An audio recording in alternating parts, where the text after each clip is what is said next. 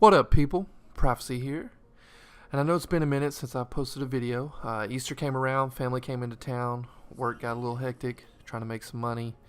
So I kind of took a break. I got to rank 8 before the end of the month, which isn't good. My goal was at least around 4, or at least make it to rank 1 or legend. But this month I'm definitely going to shoot for that. I have a lot more free time this month. But this week I'm going to be posting a lot of videos on the new format that came out with the Tavern Brawl. It's the wild format, so you get to use all the cards.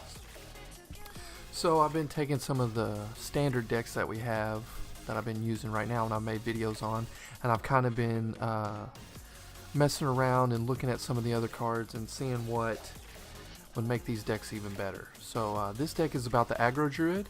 And I've seen some people using a lot of the old eggs that rotated out, and so I put those in there, and they are really, really good. Really, really good. And I put some minions like the Haunted Creeper, which, you know, its death rattles summon 2 1/1 spiders.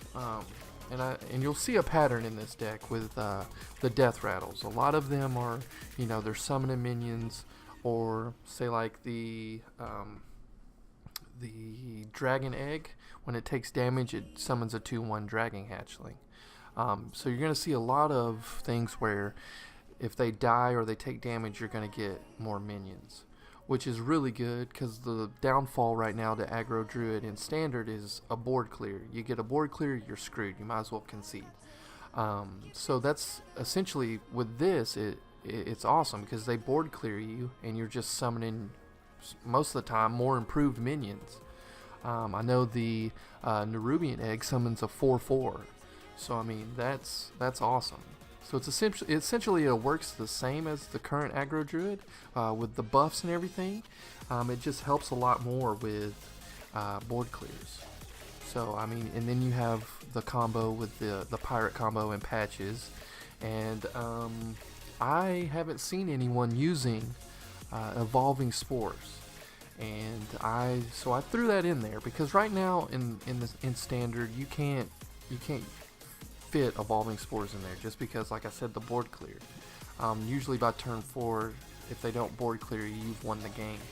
But with this deck, you get board cleared, you summon more minions, and then you can use the evolving spores right after that and get like a +3 attack to all your minions, or divine shield, or 1+1/+1. So it's really good.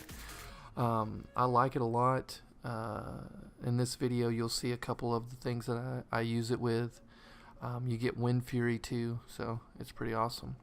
And of course you're using Jeeves just because a lot of, you'll see a lot of aggro decks using Jeeves, because at the end of your turn, if you don't have 3 cards, which a lot of times you won't because a lot of these cards are really low mana cost, you'll summon up to 3 cards in your hand, so that's awesome.